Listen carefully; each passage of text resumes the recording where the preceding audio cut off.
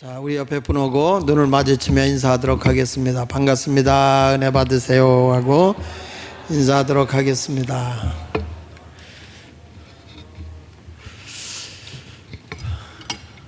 은혜 받을 것 같습니까? 오늘은 건강한 헌금 생활이라는 말씀을 가지고 함께 은혜를 받으려고 합니다. 여러분, 헌금 설교를 하는 목사가 훌륭한 목사입니까? 안 하는 목사가 훌륭한 목사입니까? 내숭 떨지 말고, 헌금 설교를 하는 목사가 훌륭한 겁니까? 안 하는 목사가 훌륭한 겁니까? 제가 이렇게 집회를 나가면 그 주변에 있는 목사님들이나 장로님들과 같이 식사를 하면서 이런 얘기를 합니다. 목사님은 설교를 하면서 헌금 얘기를 안 하는데 헌금이 많이 나온대. 그래서 좋대. 그래서 그 얘기를 듣는데 언제부터 한국교회가 헌금 얘기를 안 해야 좋아하는 시대가 됐구나 하는 생각을 하게 됩니다. 그래서 오늘은 제가 헌금 생활에 건강한 헌금 생활이라 하는 제목의 말씀을 좀 드리려고 하는데, 오늘 본문의 내용의 말씀은요, 많은 목사님들이 또 많은 부흥 강사들이 자주 쓰는 성경 본문이기도 해요. 한 가난한 과부가 도렙돈, 그러니까 도렙돈 그러면 한 고드란트라고 하는데, 그 당시에 하루 노동자의 품삯이 한 데나리온인데 한 데나리온의 64분의 1이 1 고드란트예요. 그러니까 얼마나 작은 액수인지 몰라요. 근데 이 작은 액수지만 이 사람에게 있어서는 자기의 전부를 하나님께 드렸다라고 하는 말씀이 이제 요 내용이거든요. 성경에 보면 이 과부 그러면은 가난한 자를 상징합니다. 근데 성경에서 그 엘리야를 대접하고 극진히 정말 마지막으로 먹고 죽으려고 했던 그걸 가지고 엘리야에게 떡 하나를 대접을 했을 때 양식이 떨어지지 않는 기적을 경험했잖아요. 그렇죠? 그래서 우리가 사르밧 과부에 대한 얘기를 할 때면은 그 하나님의 종 선지자의 말에 순종해서 그 과부의 그 마지막 먹고 죽으려고 하는 떡 한 덩어리를 갖다 주고 복을 받은 이야기를 많이 합니다. 그런데 오늘 본문에 나와 있는 이 과부는 생활비 전부를 드리고 난 뒤에 어떤 결과가 왔느냐라고 물어보면 좋은 결과가 온 것 같지가 않아요. 내용이 잘 나오질 않아요. 그래서 오늘은 자, 무엇이 과연 이상적인 그런 헌금 생활인가 하는 것을 좀 생각해 보려고 합니다. 오늘 이 성경을 보면 성경의 이제 문맥이 앞과 뒤를 봐야 되는데, 이제 성경 말씀에 마가복음 12장 40절에 보면 오늘 읽지 않았지만 그들은 그렇게 나오는데, 당시의 종교적인 지도자들은 과부의 가산을 삼키며 외식으로 길게 기도하는 자니 그 받는 판결이 더욱 중하리라. 하나님이 이 지도자들에 대한 책망을 하죠. 가난한 자들 것을 뺏고, 그리고 저들이 외식하여 기도를 오래 하면 저분은 신령한 사람이다 생각해서 그분 앞에 더 가까이 나가서 또 그 기도하는 사람을 통해서 자기가 가지고 있는 물질을 드리는 이런 일들을 많이 했어요. 그래서 이 당시에는 바리새인이나 서기관들이 보는 사람 보이는 데서 기도를 오랫동안 합니다. 은밀하게 기도하는 게 아니라 보이는 사람들 앞에서 내가 기도를 이렇게 많이 하는 영적인 사람이다. 영적인 사람이니까 너희들은 나한테 와서 묻고 나한테 헌금해. 이런 식이에요. 근데 실질적으로 성경은 뭐냐면 과부의 가산을 삼키는 자다. 이렇게 말씀하고 있어요. 이 시대가 어떤 시대냐 하면 헤롯 왕이 그 성전을 유대교를 위해서 유대인들을 위해서 성전을 져야 되겠다라는 생각을 해서 성전을 집니다. 그 성전 땅을 크게 마련해 줬는데 많은 세금을 걷지만 종교인들이 이거에 대한 성전 건축비를 걷어야 됩니다. 그래서 이 성전 건축을 하기 위해서, 재원을 마련하기 위해서 많은 사람들의 세금으로도 많이 뺏기지만은 그 어려운 생활 속에서도 자기의 그 헌금이 그냥 우러나와서 자원해서 드리는 게 아니라 안 낼 수 없도록 외압적인 모습이 계속 나타나기 때문에, 그래서 이 헌금을 드리는 시대가 바로 이때였어요. 그러니까 여기 나와 있는 이 과부도 자기가 드린 것은 기뻐서 드리는 게 아니라 자기의 생계비, 다시 말하면 마지막 먹고 죽을 수밖에 없는 자기의 생계 자금의 전부를, 그 작은 돈이지만 이 가난한 사람에게 있어서 생계의 전부를 지금 이 주님의 연보궤 앞에, 헌금궤 앞에 드렸다, 그런 얘기를 지금 하고 있는 것이죠. 그러니까 여기서 보면 분명히 복을 받는, 하나님께 드려서 복을 받는 자도 있는가 하면은 복을 받지 못하는 자도 있지요. 그래서 오늘 본문의 내용에서 예수님이 그 과부의 엽전 2렙돈을 드린 것을 보고 이 여인이 헌금을 많이 드렸다, 이렇게 예수님이 칭찬을 한 것일까라고 생각해 보면 그것이 아니라는 거예요. 그래서 성경에 이들이 그렇게 어려운 중에 성전을 다 지었는데 우러나와서 자원해서 한 것이 아니고 그냥 강압적으로 뺏기다시피 하다 보니까 이 성전은 어떻게 되느냐, 이게 이제 유명한 헤롯 성전이란 말이에요. 헤롯 성전, 헤롯이 성전을 진 거죠. 이 헤롯 성전을 진 것에 대해서 우리 예수님이 뭐냐면 앞으로 이 성전은 돌 하나도 남지 않고 무너지게 될 거다, 이렇게 얘기한다고요. 우리 13장 1절 2절을 한번 볼게요. 같이 한번 읽어보겠습니다. 마가복음 13장 1절 2절 시작. 예수께서 성전을 나가실 때에 제자 중 하나가 이르되 선생님이여 보소서, 이 돌들이 어떠하며 이 건물들이 어떠하나이까. 그러니까 너무 웅장하게 헤롯 성전을 지은 거니까요. 굉장히 크고 웅장하게 성전을 지은 거예요. 그러니까 예수님 앞에서 이 돌 좀 보세요, 이 건물 좀 보세요, 얼마나 화려하고 멋있잖아요, 이거 어떠세요? 이렇게 물어본 거예요. 그럼 예수님이 참 애썼네, 수고했네, 교회 잘 지었네, 이럴 줄 알았거든. 근데 뭐라고 그래요? 같이 읽어봅니다. 시작. 예수께서 이르시되 내가 이 큰 건물들을 보느냐? 돌 하나도 돌 위에 남지 않고 다 무너뜨려지리라 하시니라. 이 성전을 완공하고요, 이 성전이 무너지는데 7년 됐어요. 7년 뒤에 이 성전이 돌 하나 남지 않냐고 싹 무너져 버립니다. 그러니까 최선을 다해서 저들이 헌금을 했다고는 하지만 우리 주님이 보는 입장에서 보면 그 헌금은 은혜로 한 게 아니라 자기의 탐욕으로 한 거예요.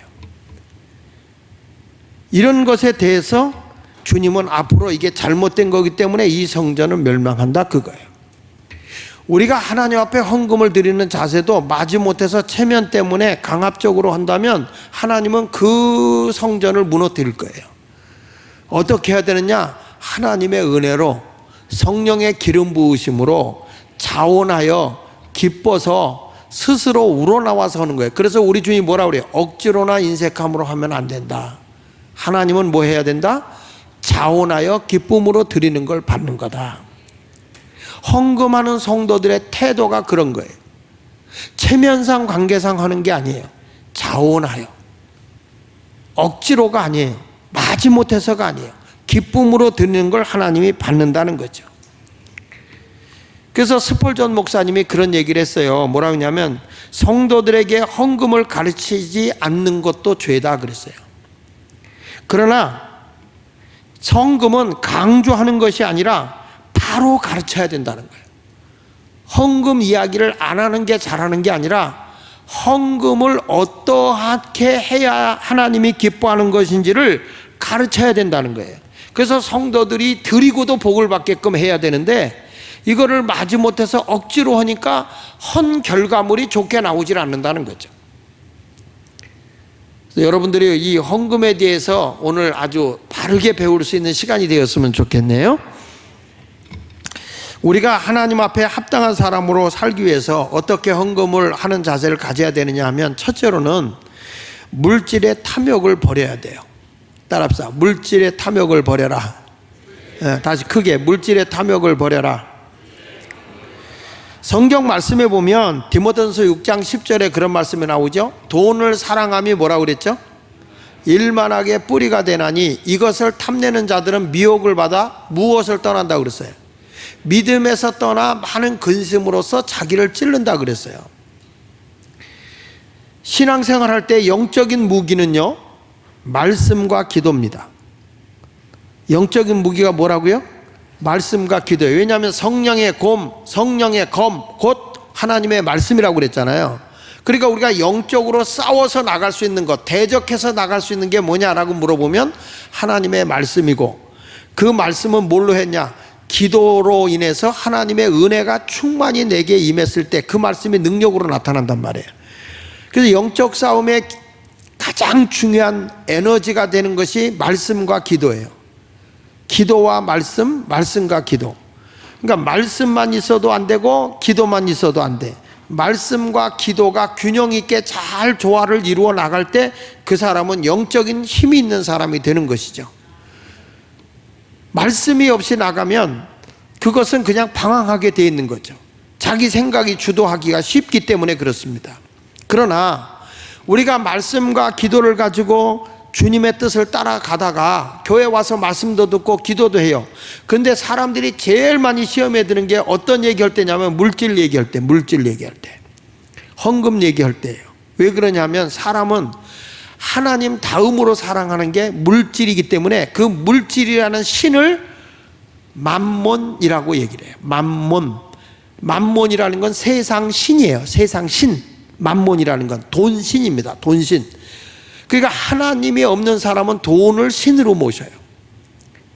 그게 절대예요. 돈을 위해 살고 돈을 위해 죽어요. 그렇지 않습니까? 돈이라면 환장하죠.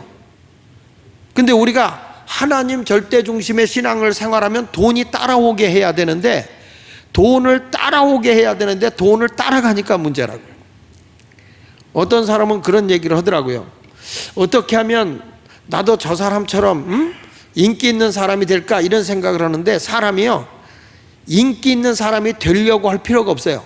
어떻게 하냐? 사람이 따라오게 하면 인기 있는 사람이 되는 거예요. 그게 그건가? 내가 인기 있게 되려고 할 필요가 없다는 거죠. 무슨 얘기예요? 인기 있게 하려고 하는 게 아니라 그냥 사람이 따라오게 하면 인기가 있는 거라는 거죠. 맞습니까? 누가 어디에 탁 가면 그런 얘기 해요. 아, 저런 자리에는 목사님이 서야 되는 거라고, 그렇게 얘기를 해요. 근데 그게 그런 게 아니라고. 내가 목사님을 안다고. 그런 게 아니라고. 그 사람들이 보기에 부족하니까 안 부르는 거지, 뭘 당신이 보기에 그런 얘기를 하냐고. 옆에 주변에 오는 목사님들이 그런 얘기를 해요. 그러면은 그런 소리 하지도 말라고. 그런데 어느 날 거기서 연락이 와. 그러니까 그 친구가 그래요. 봐요, 목사님. 그래서 내가 그때 한 얘기가 있어요. 내가 가려고 할 게 아니라 그들이 때가 되면 부르도록 만드는 게 중요하다는 거예요. 여러분, 우리가 해라 해서 되는 게 아니라 하나님의 은혜가 오면 하게 돼 있는 거예요. 여기 와서 은혜 받으러 와라 그래서 오는 것도 아니야. 한두 명이라도 하나님의 은혜를 받고 말씀에 묻혀 살면, 야, 저분이 정말 하나님의 은혜로 말씀에 은혜 받네? 그 하나님은 그걸 기뻐하는 거예요. 그게 사람이 얼마나 많이 모이냐.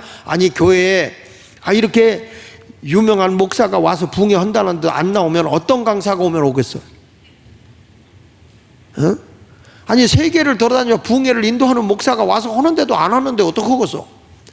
이렇게 안 모이는 데는, 내가 붕괴 가서 이렇게 안 모이는 데는 처음이요. 이렇게 안 모이는 경우는. 근데 나는 여러분에게 말씀드려요. 은혜가 되면 올 거예요. 은혜가 되면. 근데 이 신앙생활에다가 제일 많이 우리가 신앙을 떠나게 하고 믿음이 떨어지게 하는 게 뭐냐면, 사람이 물질 얘기하면 내가 하나님의 영광을 위해서, 이웃의 선한 일을 위해서 쓰기 위해서 목적이 분명하게 돈을 벌었으면 시험이 안 돼요. 근데 그게 뭐냐면, 나의 욕심을 위해서 물질을 움켜쥐고 있으면 뺏기기 싫잖아요. 그러니까 그게 시험이 되는 거예요. 근데 이걸 아십시오. 여러분들이 헌금을 안 드렸다고 여러분 목사님이 수금하러 갑니까? 어느 교회 목사님이 헌금 안 했다고 헌금 거들어 갑니까? 안 그래요. 그건 자기 믿음으로 하는 거야. 믿음이 있으면 하는 거고 없으면 안 하는 거지. 뭐 수금하러 가나? 뭐 일수 찍으러 갑니까? 물론 그 전에 우리 교인들이 밴드 목회하면서 초창기 때 교인들을 바르게 훈련시킨다고 그래가지고 목자 되신 분이 아주 어렵게 사는 사람, 그 식당하는 사람한테 가서 11조를 매일 일수를 찍은 사람이 있어요. 매일 가서 11조부터 해라. 하나님 앞에 내가 복 받으면 11조부터 해라. 그래가지고 일수를 거들어 가더라고. 왜냐하면 그냥 흐지부지 갈까봐 그렇게 신앙에 훈련시키는 경우도 있는데 그게 오래 가는 건 아니에요. 여러분 스스로 내가 하나님의 말씀에 의해서 꼭 해야 된다는 믿음이 와야 되는 거죠. 믿음이. 욕심이 있는 한은 절대 주의 일을 못하는 거예요. 물질 자체가 선한 것이거나 악한 것은 아니거든요. 물질의 문제가 아니고 사람의 문제인 거예요. 그래서 성경은 물질의 욕심을 버리라는 거예요. 성경 말씀 마태복음 6장 21절에 보면 물질에다가 마음을 두지 말라는 거예요. 내 보물이 있는 그곳에는 뭐도 있다? 마음에 있다. 그러니까 우리가 온통 마음에 물질의 마음이 가는 거예요. 이게 인지상정이에요. 어디를 갈 때 내가 뭘 하러 갈 때 돈 여기다 있으면 이거 여기다 신경 쓰게 돼 있어요. 그러니까 물질이, 그래서 보물이 있는 그곳에는 내 마음도 있다는 거예요. 근데 우리는 거기에다가 하나님보다도 그것에 우상을 두면 안 된다는 거예요. 그걸 더 신격화시키면 안 된다는 거죠.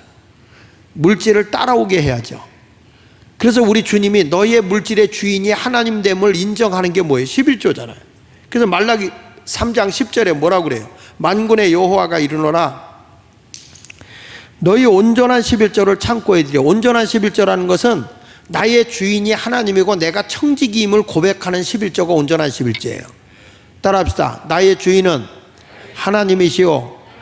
나는 그분이 맡겨준 것을 관리하는 청지기입니다. 그래서 그게 그 신앙 고백이에요. 그래서 이런 신앙의 고백이 온전한 11조를 창고에 들여 나의 집에 양식이 있게 하고, 그래서 물질은 꼭 10분의 1만 드린다고 하나님의 집에 쌓아놓는 게 아니에요. 모든 게 아버지 것이야. 10의 1을 드리는 것은 신앙의 고백이야. 모든 물질의 주인이 하나님입니다. 그 10의 9는 누구 거라고? 그것도 하나님의 것이요. 그래서 그걸 내가 관리하기 때문에 내가 청지기인 거예요. 청지기. 근데 우리 주님이 이 10의 9를 낭비하면 우리 하나님이 너에게 물질을 안 맡긴다고 한 게 누가복음 16장에 나와 있는 청지기의 비유잖아요. 우리가 물질을 작은 거 가져도 이걸 낭비하고 살면 안 돼. 헛된 데 물질을 쓰면 안 된대. 유익하게 써야 되는 거죠. 그래서 내가 구제하고 가난한 사람을 위해서, 이웃을 위해 써도 하나님이 그 물질은 받으신다고 그랬잖아요. 기억하고 갚아주신다고 그랬잖아요. 그래서 우리는 온전한 11조를 창고에 들여, 작게는 교회지만 크게는 하늘에 쌓아놓는 거예요. 나의 집에 양식이 있고 하나님의 집에 양식이 있게 하고, 그것으로 나를 시험하여, 시험을 받지도 않는 하나님이 시험해봐라. 내가 하늘문을 열고 너희에게 복을 쌓을 것이 없도록 붙지 아니하라 보나. 여러분, 모든 물질의 모든 것은 땅으로부터 오는 게 아니라 하늘로부터 오는 겁니다. 새가 땅에서 삽니까? 아니, 땅의 것으로 삽니까? 하늘의 것으로 삽니까? 새가 하늘의 걸로 삽니까? 땅의 것으로 삽니까? 주여, 새가 날아다니잖아요. 하늘의 것으로 살아요? 땅의 것으로 살아요? 몰라? 땅에 있는 걸 쪼아 먹잖아요. 땅의 것으로 살아요? 하늘 걸로 살아요? 땅의 것으로 살죠? 근데 하늘에서 비가 안 와요.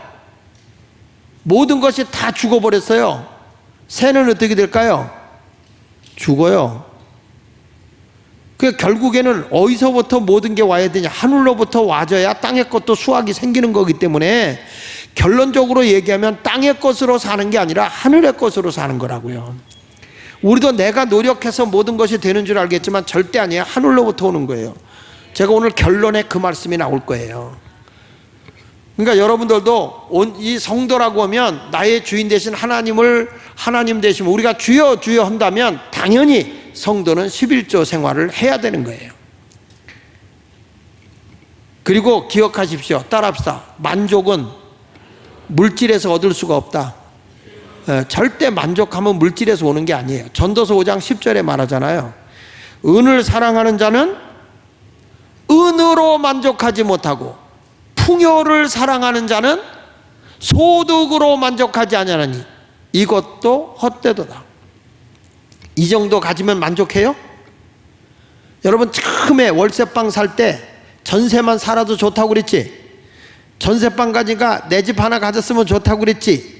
내 집 가지면 만족해요? 자동차 갖고 싶죠? 자동차면 만족해요? 자식들 뭐 사주고 싶죠?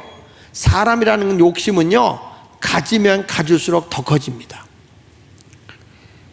그 전에 제가 얘기했잖아요. 유명한 행복론자인 칼 히티가 한 말, 물질은 바닷물과 같아서 삼키면 삼킬수록 갈증이 더 심한 것이다. 물질이라는 것은 가질수록 갈증이 더, 그러니까 없는 사람은 오히려 가난한 사람을 돕는 걸 더 잘해요. 근데 있는 사람이 더 못하는 거예요. 왜냐하면 가질수록 욕심이, 탐욕이 자기를 지배하기 때문에. 그래서 우리가 이 하나님 앞에 참 아름다운 이 헌금 생활을 하려면 제일 먼저 우리가 내 마음속에서 쫓아내야 될 게 뭐냐면 탐욕이라는 거. 물질의 탐욕.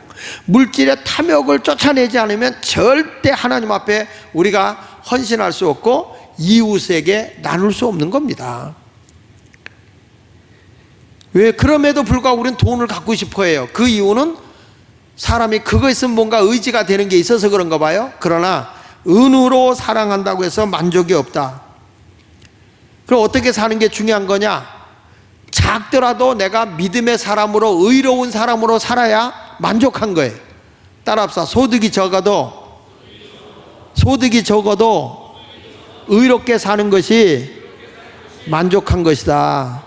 죄 짓고 많은 걸 갖는 것보다 소득이 적어도 내가 자족하고 사는 거예요. 할렐루야. 할렐루야. 어저께 제가 이 학교에서 저를 고발해놔서 경찰서 가서 진술을 받았어요. 진술 받는데 첫 번째 묻는 게 이거더라고요. 재산이 얼마나 있어요? 이렇게 묻더라고요. 그래서 없는데요. 천국에는 많을 것 같아요. 집도 없어요? 없는데요. 그럼 뭐 살아요? 그냥 전세 빚내서 사는데요. 사람이요 많이 가졌다고 행복한 거 아니야. 야, 어저께 가보니까 없는 게 그렇게 떳떳하고 좋던데. 없는 게 그렇게 떳떳하고 좋더라고. 당당하더라고. 시편 37편 16절로 17절에 이렇게 말하는 거예요. 의인의 적은 소유가 뭐라고 그랬죠? 악인의 풍부함보다 낫도다. 그 다음에 11절에 악인의 팔은 뭐 한다고? 부러지나 의인은 여호와께서 붙드시는도다. 할렐루야. 악인의 팔은 반드시 하나님이 부러뜨려. 그러나 의인은 하나님이 붙들어 주십니다. 하나님이 붙들어 주셔요. 나는 오늘 이 자리에 오신 사랑하는 여러분 모두가 물질 때문에 죄짓지 말고 적은 소득이라도 의인으로 살아가는 것을 하나님이 기뻐하신다. 하나님이 좋아하신다. 이걸 믿음으로 살아가시길 바랍니다. 성경 잠언 13장 11절에도 말합니다. 같이 읽어보십시다. 시작.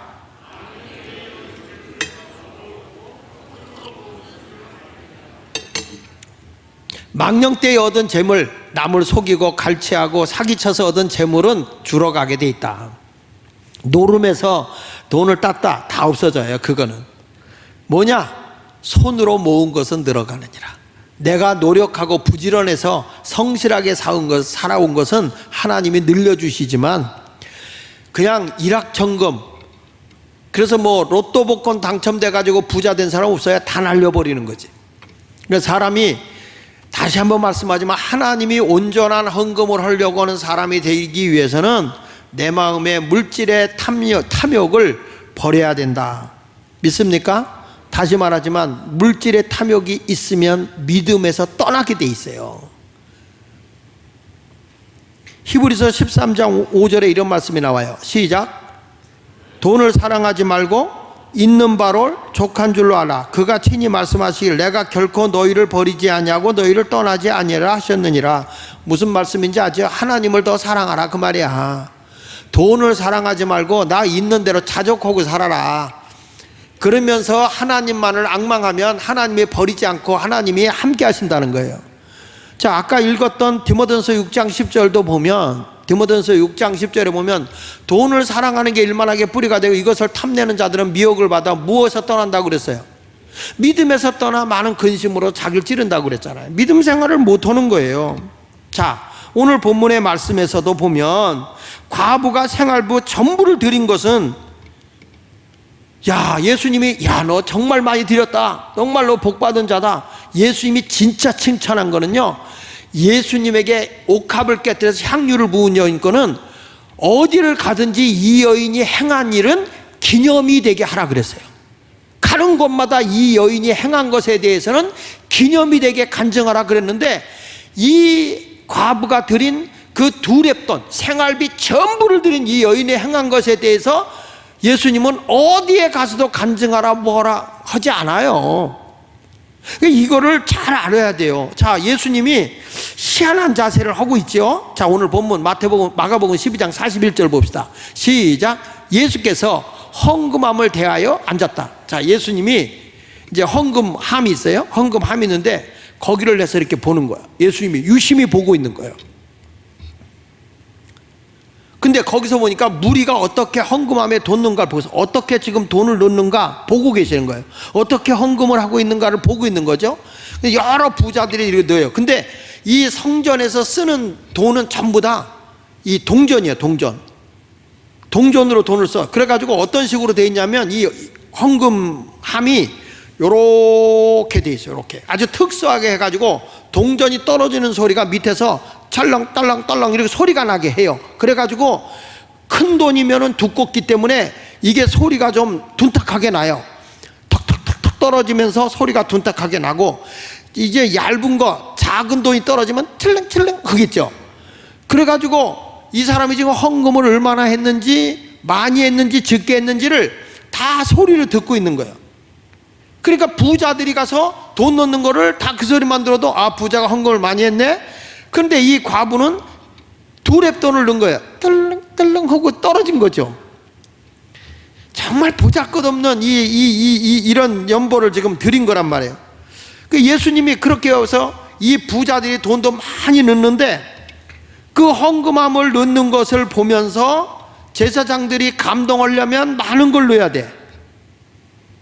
그런데 예수님은 지금 많은 걸 넣어서 제사장들이나 이 서기관들이 많이 넣은 사람을 어유, 이 부자가 많이 넣었다 이렇게 인정하는데, 예수님이 갑자기 그 앞에 나서더니 이 여인이 제일 많이 드렸어 이렇게 얘기하는 거예요.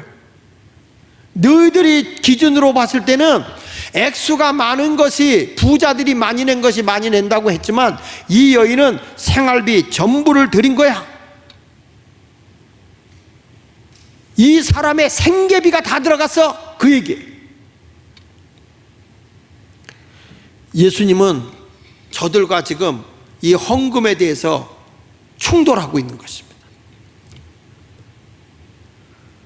우리 예수님은 이 여인이 드린 헌금에 대해서 절대로 칭찬한 게 아니에요. 누구를 갖다 책망하고 있는지 우리가 보기 위해서 여인이 헌금하는 행위가 주는 교훈을 한번 살펴보도록 하겠습니다. 여러분, 우리도 헌금하는 자세를 똑바로 알고 해야 되기 때문에 이런 모습으로 헌금을 하면 교회도 망하는 거고 여러분도 불행해지는 거야. 자, 보십시다. 마가복음 12장 42절에 보면 한 가난한 과부는 와서 두렙돈 곧 한 고두란트를 넣는지라. 예수께서 제자들을 불러다가 이르시되 내가 진실로 너희에게 이르노니 이 가난한 과부는 헌금함에 넣는 모든 사람보다 많이 넣었다. 많이 넣었도다. 엄청 넣었도다. 그들은 다 풍족한 중에 넣었거니와 이 과부는 그 가난한 중에서 자기의 모든 소유, 곧 다 같이 곧 생활비 전부를 넣었느니라 하시니라. 제가요 이 설교문을 인터넷에다가 쫙 인터넷에서 한번 찾아봤어. 그랬더니 굉장히 긍정적으로 설교한 목사들이 엄청 많아요. 긍정적으로 설교한 사람들이 많다고. 근데 이거는 예수님이 그렇게 칭찬한 게 아니에요. 이 당시에 아까도 제가 서론에서 얘기한 것처럼 헤롯 왕이 이두메 왕가에서 이제 그 에서의 후손이죠. 에서의 족보를 이어나가요. 근데 유대인들은 야곱의 후손으로, 아브라함의 후손으로서 이어가는 야곱의 후손으로 정통성을 가지고 있는 게 이제 유대인이라고 생각한 거예요. 근데 에서의 후손들은 정통성이 아니에요. 그 이두메 왕가에서 로마에서 임명을 받아가지고 헤롯이 왕이 된 거거든요. 이때에 율법을 철저히 지키는 유대인의 지도자들, 제사장이나 바리새인이나 서기관들이 이 헤롯 왕에 대해서 굉장히 불신을 하고 반감을 합니다. 싫다는 거예요. 그래서 로마에다가 자꾸 진정서를 넣어요.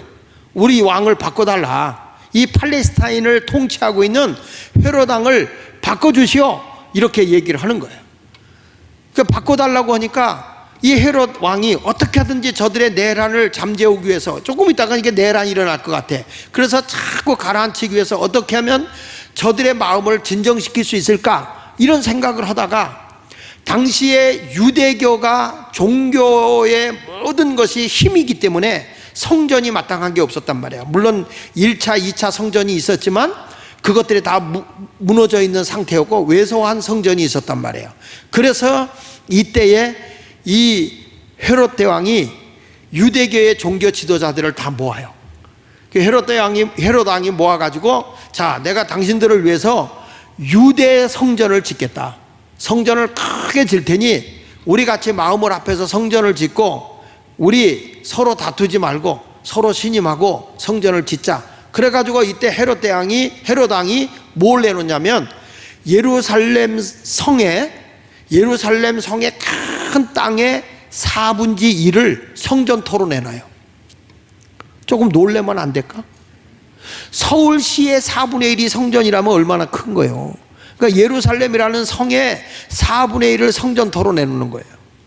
그리고 여기다 성전을 져라. 그리고 나서 세금을 걷기를 시작한 거고, 그게 이제 성전을 짓다 보니까 웅장하고 크게 짓잖아요. 그러니까 백성들에게 헌금을, 제사장들도 이제 세금도 많이 걷어가지만 세금만이 아니라 헌금을 걷기를 시작하는 거예요.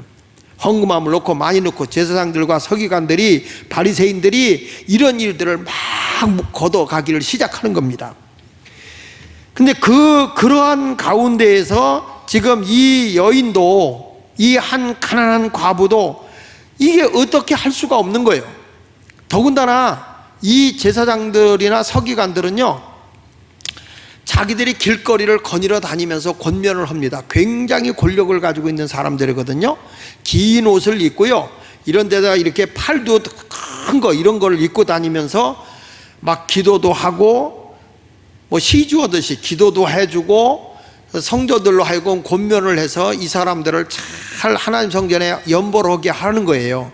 그뿐 아니라 사람들 앞에 가면 그렇게 환영을 받죠. 왜냐하면 헤롯 왕가의 권력과 함께 힘을 가지고 있는 자들이기 때문에 이들의 말을 잘 들어야 되거든요. 여기 성경에 읽진 않았었지만 마가복음 12장 38절 한번 보면 이런 말씀이 나와요. 예수께서 가르치실 때에 이르시되 긴 옷을 입고 다니는 것과, 긴 옷을, 제사장들이나 서기관들이 긴 옷을 입고, 그 다음에 시장에서 문안받아요. 이 사람들이 지나가면 시장에서 아유 날이 오셨습니까? 이런 식이야. 제사장님 오셨습니까? 아유 서기관님 오셨습니까? 회당의 높은 자리와 잔치의 윗자리를 원하는 서기관들을 삼가하라. 항상 윗자리. 이게 이 권력을 진 사람들을 이렇게 초빙해 보면 자리 싸움 많이 하더라고요. 참, 나도 여기 뭐 하나 행사할 때 이렇게 모셔보면 구청장을 앞에 세워야 될지 국회의원을 앞에 세워야 될지 이런 거 갖고 싸우는데 국회의원을 먼저 세워야 된다고 그래. 근데 우리 구는 지금 구청장이 더 중요해. 구통령이잖아, 구통령. 응? 이런 거 가지고도 자리 싸움 오는데 거기서 또 와가지고 막 얘기해요. 또 그러다 경찰서장까지 오면 경찰 그 밑에 온 사람이 아유 우리 서장님이 먼저 해야 됩니다 뭐 이러면서 서로 자리 싸움 오느라고 나중에 내가 그래요. 여긴 그런 거 없다고. 성경에는 나중된 자가 먼저 되고 꼴찌가 1등이라고. 그냥 자리에 앉으시라고 그렇게 얘기를 해요. 어느 때 인사하러 오면 제가 아니 인사 없고 그냥 인사만 kop먹고 가라고 그러던지 간단하게 인사만 하고 가라고 그러지 뭐 이렇게 행사를 크게 이런 거 아니라고. 당신네들 환영을 해주기 위해 한 게 아니고 우리 지역 주민 행사를 위해서 한 거니까 그냥 인사만 kop먹고 가라고 그래요. 그래서 제가 미운 털 베겼는지 모르겠어요. 근데 여기 성경에도 보니까 이 사람들이 그렇게 옷을 입고 돌아다니며 기도도 해주고 판결도 해주는 이런 사람들이 와서 성전에 와서 연보하라고 그러는데, 자 보세요. 거기 그들은 40절 읽어봅니다. 시작. 과부의 가산을 뭐 하고 있어요? 삼켜. 과부의 자산을 삼키고 있는 거예요. 이게 뺏는다는 거예요. 재산도 뺏고 가지고 있는 생활비까지도 뺏어버리는 이런 사람들이에요. 이 사람들이 이걸 뺏고 외식으로 길게 기도, 아까 얘기했죠. 기도 많이 해주고 오래 해주면은 그분이 신령하다고 해서 거기다 연보를 드리게끔 한다고. 그래서 그 받는 판결이 더욱 중하리라 하시니라. 하나님의 심판이 이런 자에게 더 크다 이렇게 말씀하는 거죠. 그러니까 오늘 이 말씀에서 보면은 이분들이 법률가로서 또는 서기관으로서 제사장으로서 또는 이 바리새인으로서 그냥 굉장히 자기들의 권위의식을 가지고 어려운 백성들을 모아서 성전 짓는데 어떻게든지 헌금을 많이 하게 하려고 하는 이 모습을 보면서 부자들만 막 환영받고 많이 드린 사람만 환영받는 그런 경우가 있단 말이에요. 저도 기억이 나는 게 저희 아버님이 이 교회 다닐 때 굉장히 우리 집이 어려웠잖아요. 어려웠는데 예배당 갔다 와서 어머니가 한숨을 푹푹 쉬어요. 왜 그러냐 그랬더니 목사님이 부르더니 장로님의 집안인데 건축헌금 얼마 해야죠 그러더래. 그러면서 딱 주는데 최하 이 정도 이상 해야 됩니다 하는데 보니까 우리 집 전세금보다 비싸.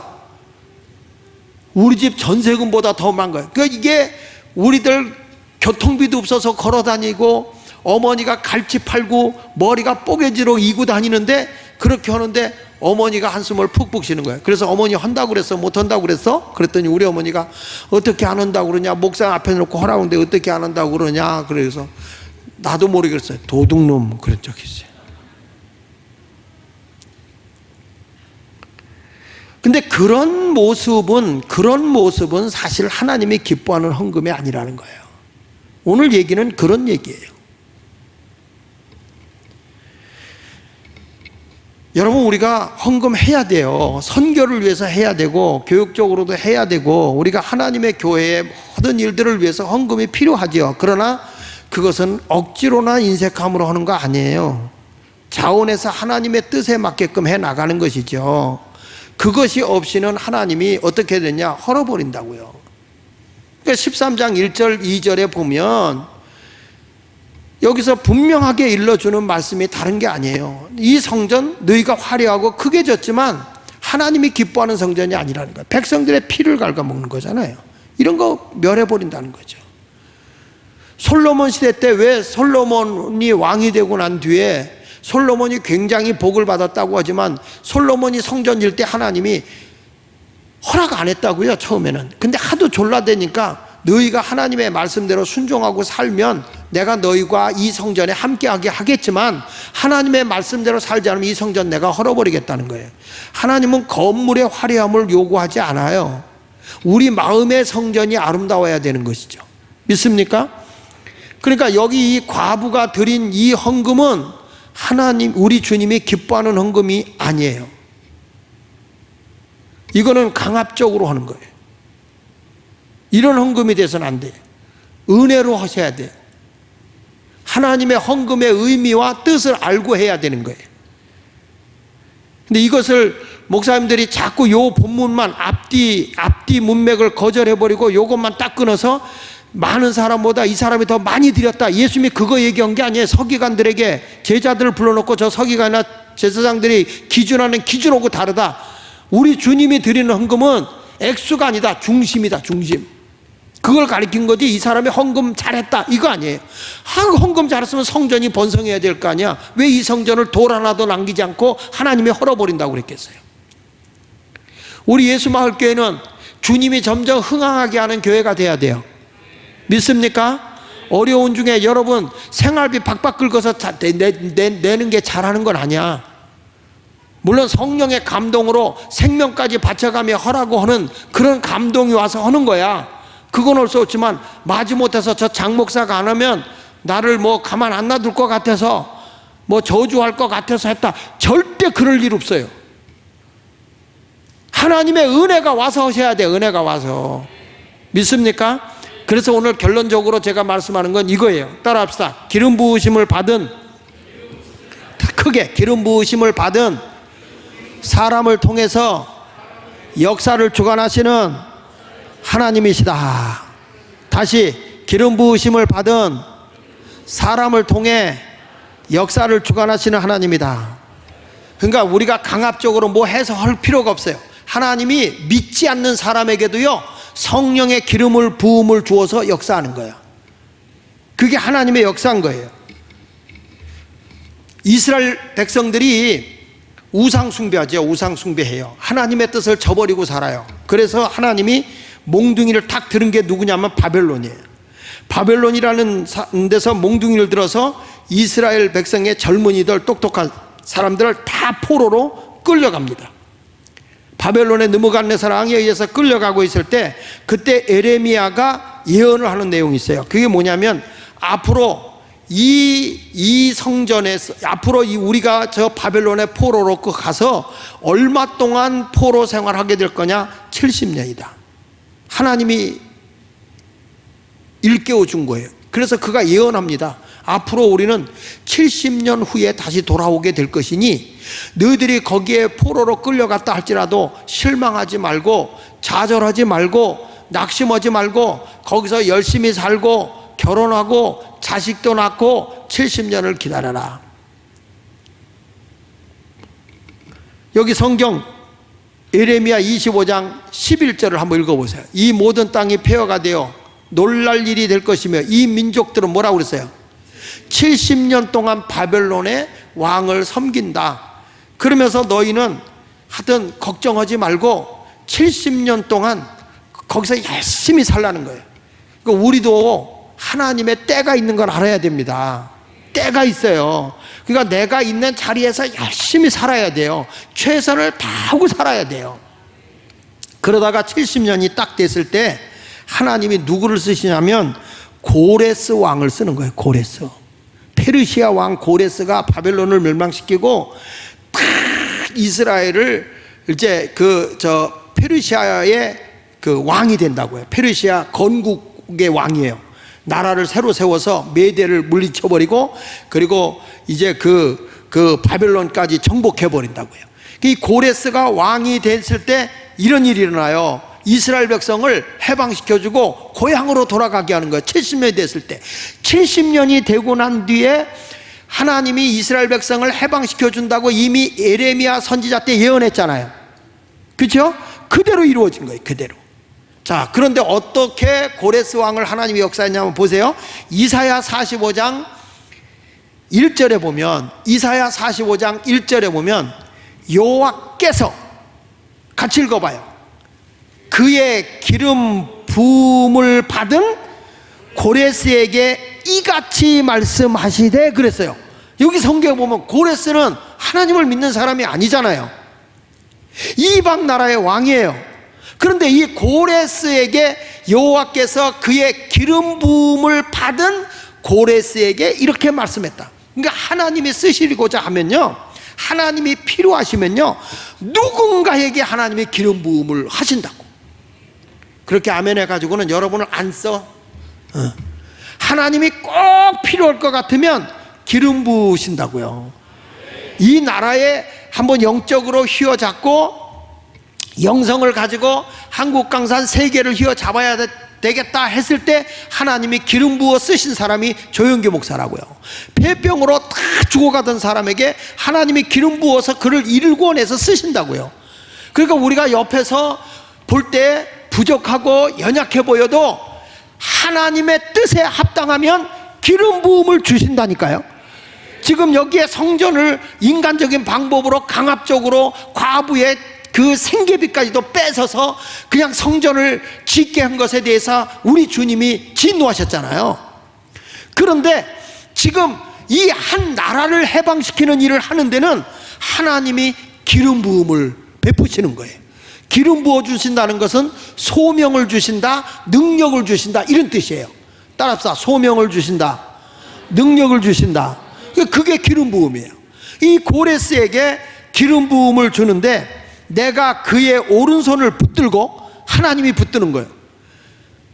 우리가 꼭 뭐 이렇게 믿습니다 해서만 붙들어 주는 게 아니라 하나님이 아무개를 써야 되겠구나, 누구를 사용해야 되겠구나.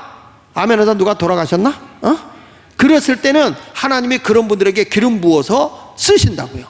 전 그래요. 예수 마을교회도 하나님의 필요해서 쓰시려면 누구를 붙잡아 쓰시는지 모르는 거야.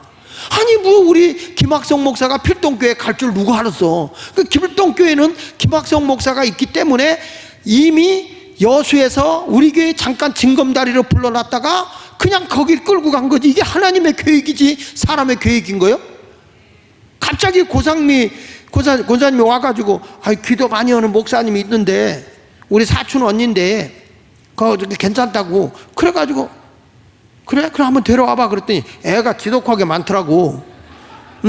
근데 딱 보니까 기도를 진짜 많이 하더라고요. 그냥 와다 또 그때도 뭐 우리 교회가 뭐 앞뒤 가릴 틈이 없었어. 갑자기 그냥 교육자들이 나가버리는 바람에 그냥 불렀는데 한 번에 3명이 나가버렸잖아. 이번엔 2명이 나가지만 이번에도 3번 나간 거구나. 3호까지 하니까.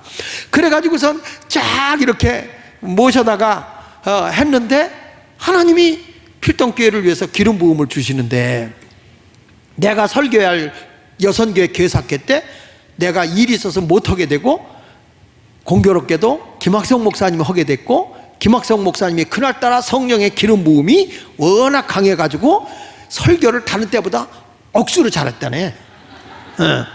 그 거기서 왔던 필동교회 여선교회원들이 그냥 감동을 받아버린 거예요. 우리는 이런 목사님을 모셔야 된다고, 이런 목사님을 모셔야 된다고. 여러분 이게 절대 우리의 계획이 아닌 거예요. 하나님의 계획 속에서 이루어져 가는 거거든요.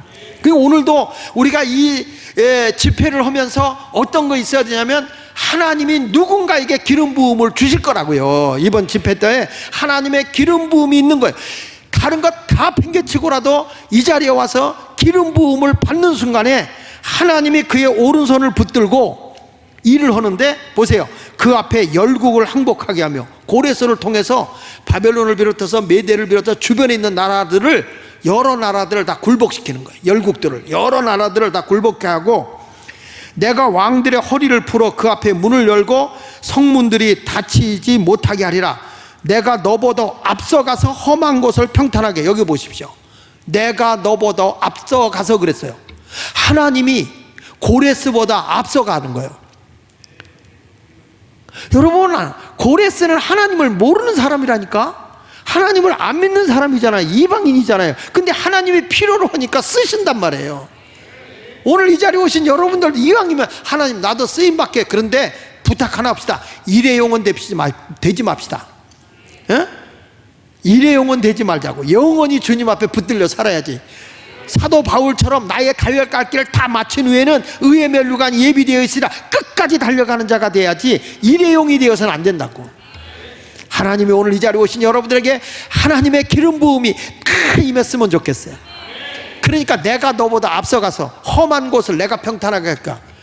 그 목회도 내가 하는 게 아니야. 내 계획대로 되는 게 아니에요. 다 하나님의 계획 속에 이루어지는 거지. 그 다음 평탄하게 하며, 그 다음 뭐라고 했어요? 논문을 쳐서 부수며, 그 다음에 네 계속 읽어보세요. 계속 읽어봐. 평탄. 논문을 쳐서 부수며 쇠빗장을 꺾고, 그 다음에 내게 흑암 중의 보화와 은밀한 곳에 숨은 재물을 주어. 야 여기 보세요. 하나님이 기름 부어줘요. 앞에 가시면서 일을 평탄하게 해요. 그러면서 뭐라고 써요? 흑암 중에 보화, 깜깜한데 내가 너에게 보화를 찾아준다는 거야. 지금 경제가 다 마모되고 안 된다고 하는데 하나님이 기름 부음을 주니까 보화를 준다는 거예요. 다 못 살겠다고 하는데 거기다 보화를 주겠다는 거야. 그러니까 지금 이런 때 붕해를 하는 거지. 그 다음에 뭐라고 그랬어요? 은밀한 곳에 숨은 뭐로 주어? 지금 숨겨놓은 재물을 너한테 앵겨다 준다는 거예요. 내 이름을 부르는 자가 나 여호와 이스라엘의 하나님인 줄을 내가 알게 하리라. 이야, 이 사람 대단한 복을 받은 거예요. 고레스라는 사람에게 하나님의 기름 부음이 오니까 어마어마한 일들이 일어나기를 시작하는 것입니다. 그렇습니다. 페르시아 건국의 왕인 이 고레스 왕, 원래 역사적으로 보면 키로스라고 그래요. 키로스. 근데 이 고레스 왕이 정말로 놀랍게 하나님의 성령의 기름 받고 성령의 인도함을 받아서 막 은밀한 곳에서 하나님이 보화도 갖다 주시고 캄캄한 데서 숨겨놓은 보화도 다 앵겨다 주는데 하나님이 진짜 고레스 왕과 함께하네. 다 알게 한다는 거야. 다. 난 오늘 이 시간에 오신 우리가 그렇게 됐으면 좋겠어요. 저를 비롯해서 우리 장로님들, 권사님들, 집사님들, 또 우리 모든 성도님들, 우리 교역자님들, 우리 주일학교 어린이들까지도 다 하나님의 기름 부으심이 그냥 쫙 임했으면 부족함이 없는 삶을 살아가게 될 줄로 믿습니다. 놀라운 일이에요. 에스라서에서도 보면, 에스라서 1장 1절에도 보면 이렇게 나와요. 바사왕 고레스 원년에 처음에 이제 왕이 되고 여호와께서 에레미야의 입을 통하여, 에레미야가 70년 후에 우리 포로에서 해방받을 거다 그랬잖아요. 에레미야 입을 통하여 하신 말씀을 뭐하게 하려고? 이루게 하시려고 바사왕 고레스의 마음을 감동시켰다는 거야. 고레스가 이뻐서 온 게 아니고 하나님의 선지자 에레미야가 예언한 말씀을 이루기 위해서 하나님이 고레스를 사용하셨구나. 고레스를 택했구나. 믿습니까? 그러니까 믿는 사람들은요, 어디를 가든 내가 어떤 일을 해야 되잖아. 하나님이 꼭 믿는 사람만 가지고 역사하진 않아. 예수 안 믿는 사람에게도 기름 부어서 꼭 필요하다면 그 사람을 통해서 일하시는 하나님이라는 거죠. 그래서 우리가 성령 충만하고 갈 때 하나님 오늘도 사람 만나는데 저분에게도 성령을 부어주시고 성령의 기름 부음이 임하게 하여 주셔서 하나님의 역사가 나타나게 하여 주시옵소서 하고 기도하면서 사람을 만나면 길이 다 열리는 거예요. 길이 다. 할렐루야. 오늘 심장로님하고 같이 밥을 먹는데 쭉 나는 전혀 기억 못하는데 장로님이 지나온 이야기들을 쭉 하는데 하나님의 인도하심, 하나님의 계획, 하나님께서 안 되는 것 같은데 되게 하시는 것, 이런 얘기 간증을 쭉 하시더라고요. 여러분, 우리는 몰라요.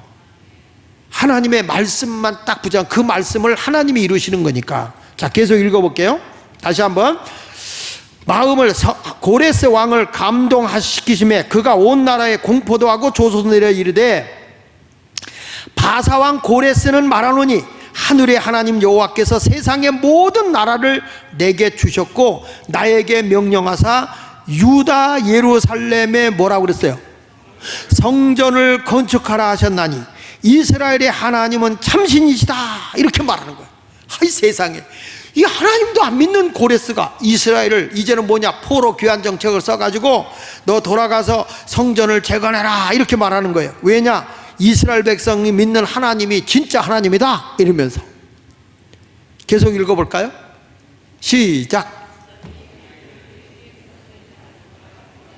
너희 중에 그의 백성된 자는 다 유다 예루살렘으로 올라가서 이스라엘 백성들은 이스라엘의 하나님 여호와의 성전을 건축하라.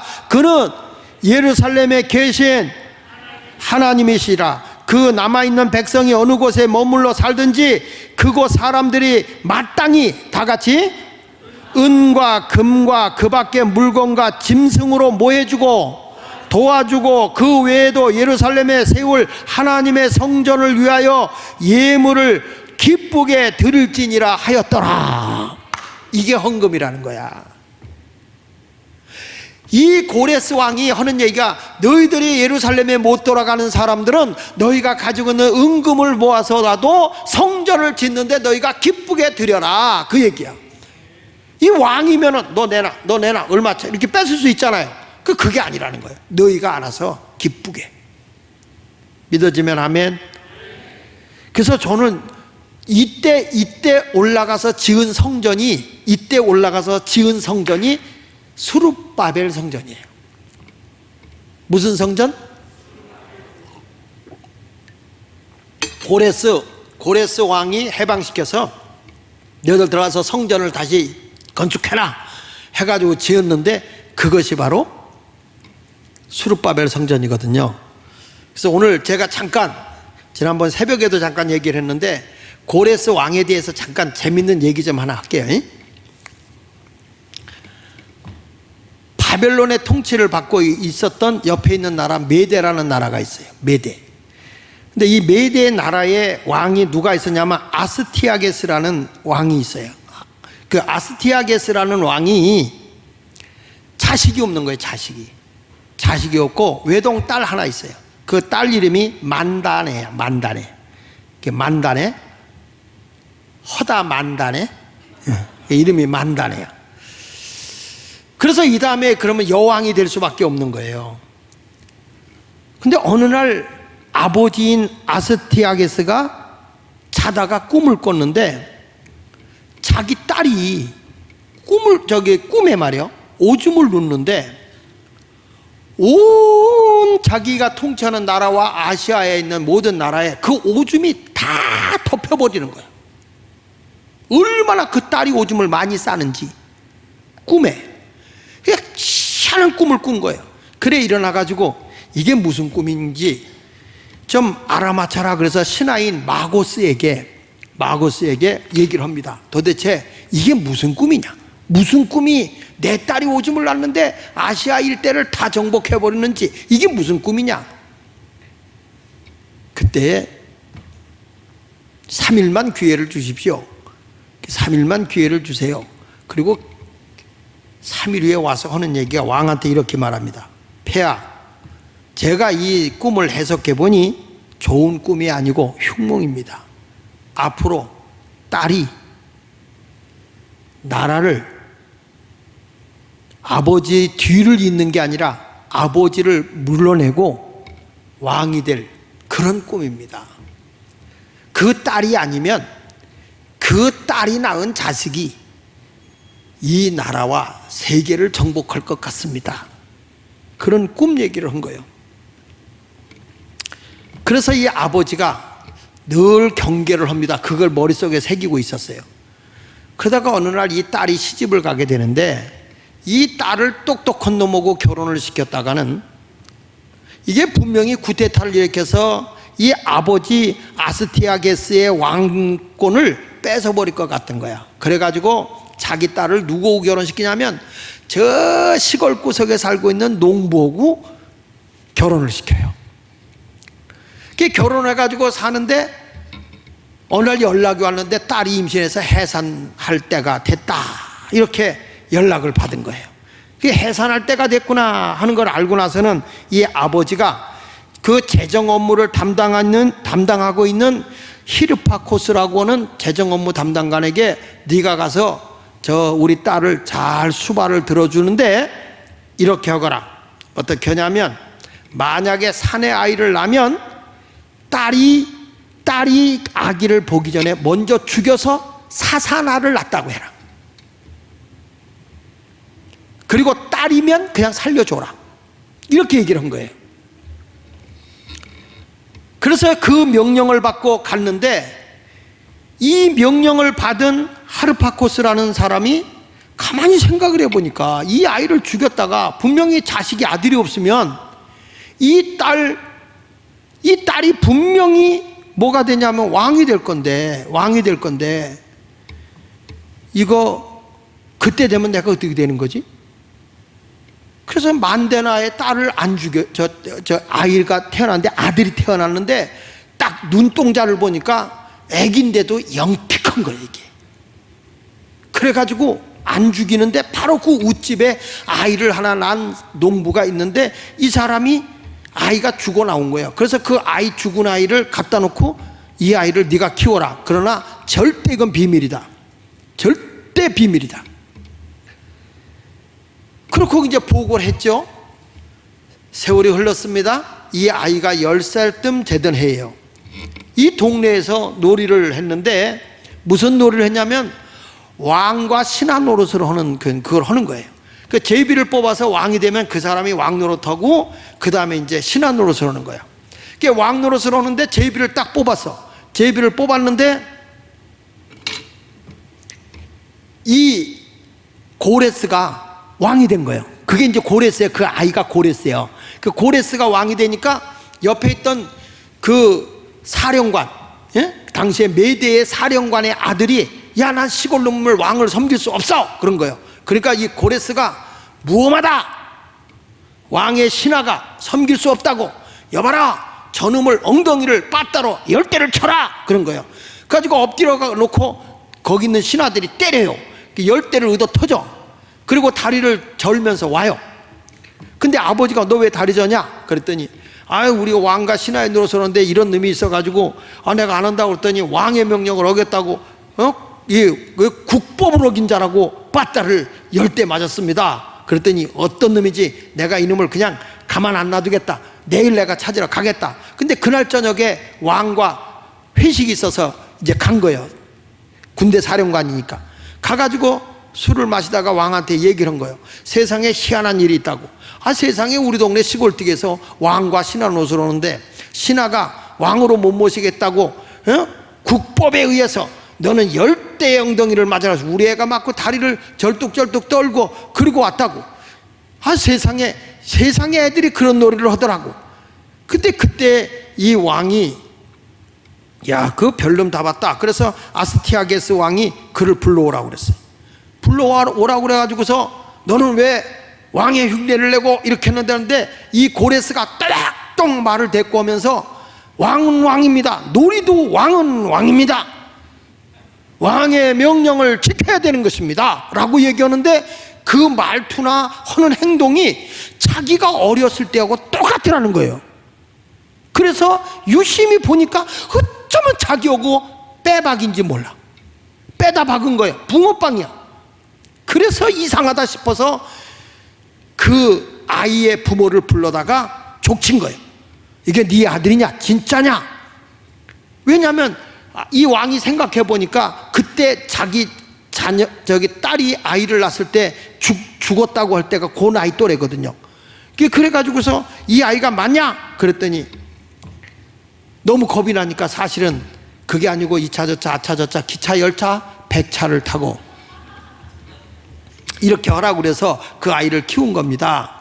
그랬더니 이겐 하늘이 내린 거다 그렇게 생각하고 그를 돌려보내고 이 아들을 자기 만단의 딸한테로 보내주죠. 딸한테 보내주고 그리고 나서는 어떻게 하냐면 그 자기 신하였던 그 사람을 그 불러다 놓고 왕의 신하 그 히라파코스라고 하는 그 재정장관이었던 이 사람을 불러다 놓고 요리를 해서 먹여요. 맛있게 먹어라. 근데 왕은 안 먹는 거예요. 왜 안 먹나 그랬더니 그냥 먹어, 나는 배불러서 안 먹네. 그리고 먹고 다 먹고 난 뒤에 이 괘씸한 놈아, 너가 왕의 명을 어기고 아이를 살려놓은 죄다. 지금 먹은 고기가 네 아이의 살이다. 그걸로 고기를 요리를 해서 널 먹인 거다. 그걸로 내 죄는 사해졌다. 너무 가슴이 아픈 거예요. 그래서 히라파코스라는 사람이 왕에게 사직서를 내고 저는 왕한테 면목이 없는 사람입니다 하고 물러나요. 그리고 왕한테 뭐라는 거 아니? 그 고라스 그한테 가서 제가 잘 가르치겠습니다 라고 승인을 받고 가서 그에게 가서 나라 경영하는 거, 군사훈련, 그 다음에 경제경영법, 사람 보는 법 이런 것들을 다 가르치죠. 그래서 나중에 이 사람이 뭐가 되냐면 왕이 되는 겁니다. 쿠데타를 일으키는데 나중에 할아버지죠. 그리고 다 외할아버지를 물러쳐버리고 왕이 돼서 페르시아를 건국한 거예요. 그래서 메대가 멸망하죠. 메대가 멸망하고 자기가 왕이 돼서 탁 하는데 그때 왕이 탁 돼서 나라를 통치하고 있는 그때에 누가 딱 등장하냐면 수룹바벨이 등장하는 거예요. 수룹바벨이 등장해서 뭐라고 하면 수룹바벨은 언제 만나냐면 왕과 신하 노릇을 할 때, 왕과 신하 노릇 때 이 수룹바벨이 신하였어. 이 왕이 뭐라고 하냐면 이 다음에 너는 유대인이잖아. 이 다음에 내가 왕이 되거든. 너희 나라를 해방시켜서 고향으로 돌려보낼 것이다. 이렇게 얘기를 한 거예요. 그때에 이 스룹바벨이 우리만 돌려보내시지 말고 바벨론에서 뺏어온 모든 성전에 있는 기구들까지도 다 돌려주시기를 바랍니다 하고 얘기를 한 거예요. 어려서 놀이인데, 놀이. 그러니까 이 고레스가 알았다, 내가 다 그렇게 해주지마. 오늘 얘기는 재밌죠? 예. 그래가지고 그렇게 해주마.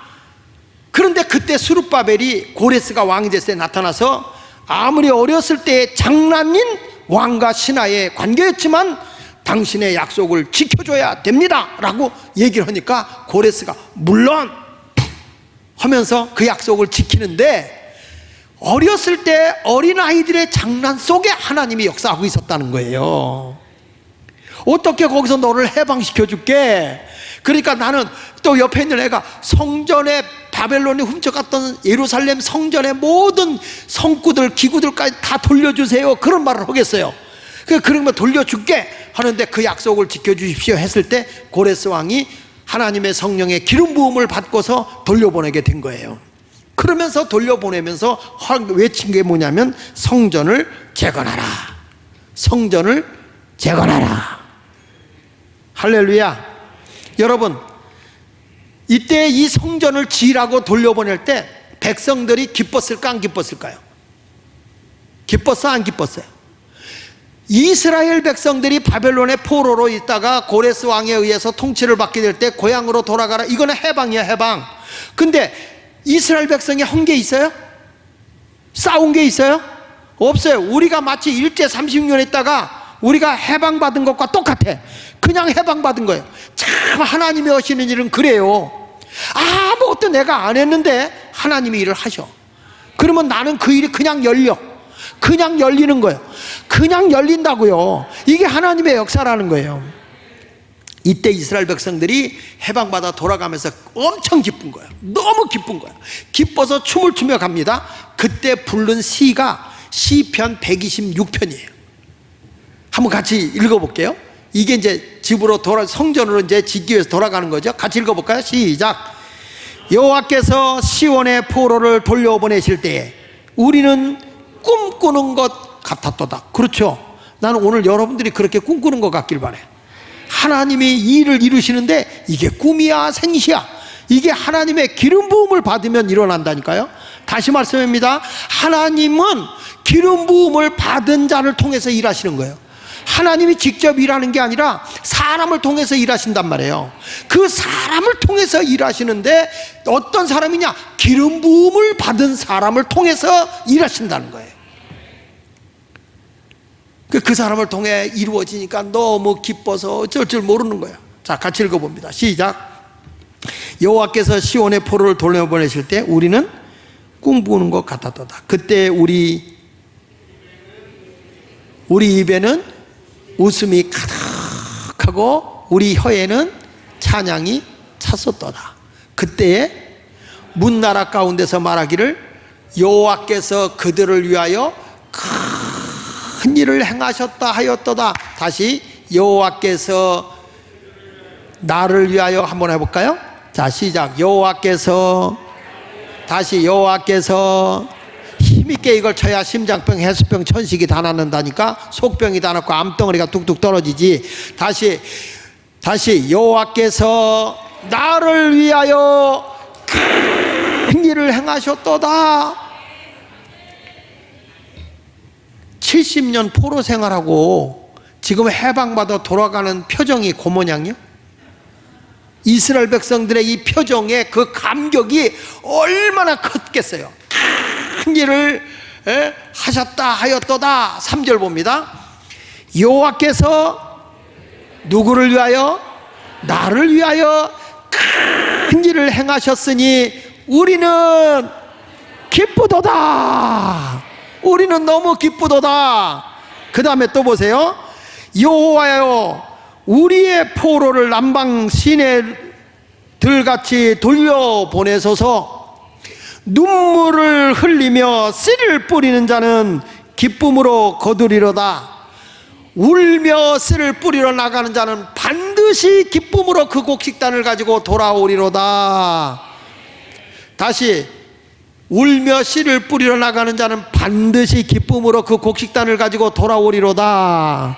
지금 여러분, 이 페르시아에서 이스라엘 백성이 바벨론에 포로에 있다 해방받아 돌아올 때 고레스 왕이 은금을 다 보내주게 하고 다 뭐 성전을 재건하게 할 때 다 뒷바라지 다 해주고 성전에, 예루살렘 성전의 기구들까지도 다 돌려보내고 있는 거야. 얼마나 많이 울면서 주님을 찾았겠어. 에레미야 선지자가 70년 후에 해방받느니 너희는 안심하고 그곳에서 결혼도 하고 자식도 낳고 열심히 살아야 된다 일러줬거든요. 그들이 열심히 살고 가지고 있는 거 다 들고 다시 고향으로 가는 그 모든 것을 안고 가면서 하는 얘기가 울며 씨를 뿌리며 나갔었지만은 돌아올 때 보니 기쁨으로 탄을 걷어가지고 돌아오는구나. 70년의 고생이 헛된 것이 아니었구나 하면서 기쁨으로 돌아오는 겁니다. 할렐루야. 이 찬양을 보십시오. 이 찬양을 다시 보면 고레스라는 단어는 하나도 안 나오잖아요. 누가 하셨다고 그래요? 여호와 하나님이 하셨다는 거야. 하나님의 주권, 하나님의 섭리를 찬양하고 있는 거야. 이게 그러니 우리가 이번 부흥회를 할 때 여러분, 우리가 헌금이 중요한 게 아니라 우리의 중심이 하나님께 드려서 하나님의 기름 부음이 있으면 강압적으로 할 필요가 없어. 강압적으로 하나님이 누군가를 통해서 일하실 텐데 그 주인공이 누가 됐으면 좋겠어요? 내가 돼야지, 내가. 근데 자신이 없나 봐. 의쟁이 뜨쟁이로 사지 말고 하나님이 기름 부어서 나를 써주세요, 나를 써주세요. 그럴 때 울며 씨를 뿌리고 나갔던 자가 그런 사람 때문에 기쁨으로 탄을 걷어가고 돌아오는 이 놀라운 역사가 임하는 거예요. 그러니 이제부터 우리는 기쁘게 삽시다. 이 키르스 왕이라고 하는 고레스 왕 때문에 말이야 얼마나 큰 일이 일어납니까? 이것이 그냥 어떤 인간의 계획으로 됩니까? 하나님의 기름 부음이 있고 성령의 감동이 그를 사로잡을 때 이런 변화가 일어난 거잖아요. 오늘 이 집회에 여러분, 연보에 대한 얘기, 참된 연보는 하나님의 기름 부음이 있어야 되는 거고, 참된 연보는 우리가 기쁨으로 하나님께 해야 되는 거라고. 헌금이라는 것은 다시 말하면 죄 짜는 게 아닙니다. 억지로 하는 게 아닙니다. 여러분, 마지못해서 하는 것이 아닙니다. 보십시오. 억지로 하려고 하다가 아나니아 삽비라 죽잖아요. 억지로 강제적으로 하나님의 성전을 지었던 이 헤롯 성전은 불같이 있고 7년 만에 무너져 버리잖아요. 하나님이 기뻐하지 않는 건 오래 못 가는 거야. 내 마음의 성전도 성령의 기름 부음이 있어서 여기서 기뻐야 이게 주를 위해 살아가는 게 오래 가는 것이지, 이게 딱 멈춰버리니까 그냥 내 신앙이 무너져 버리고 하나님의 성전이 무너져 버리는 거예요. 이건 나이와 상관없어요. 어린아이들로부터 시작해서 다 하나님의 기름 부음이 우리에게 있어야 된다고, 성령의 감동이 있어야 될 줄로 믿습니다. 그러니까 우리 아이들이 바깥에서 놀고 뛰어놀지만 그 안에 고레스도 있고 그 안에 수룹바벨도 있다고. 그러니까 여러분, 누구에게 기름 부음이 일어날지 어떻게 하냐고. 그러니 우리는 오늘 이 시간에 하나님, 이번 집회 이제 내일 하루 남았는데 새벽에도 나오셔서 안 목사님이 새벽 집회를 인도하시는데 참 은혜스럽더라고요. 여러분들 나오셔서 은혜도 받으시고 이번에 성령의 기름 부음이 우리에게 꼭 있기를 위해 기도합시다. 그 기름 부음이 있는 연보, 헌금, 이게 참된 신앙인 거예요. 따라하자. 억지로 하지 말고 자원하여 기쁨으로 하자. 할렐루야. 마지막 날 우리가 최선을 다해서 하나님께 헌금하는 것도 기쁨으로 하세요. 마지못해서 안 하면 안 되니까 이런 마음으로 하지 말고 기름 부음이 있는 헌금을 할 수 있기를 축복합니다. 할렐루야. 오늘 크게 한번 합시다. 주여, 크게, 주여, 나에게 하나님의 기름 부음이 임하게 하소서. 제2의 고레스가 되게 하소서. 오늘 하나님 앞에 힘써 기도하시기를 축복합니다. 우리 찬송 힘차게 부르겠습니다.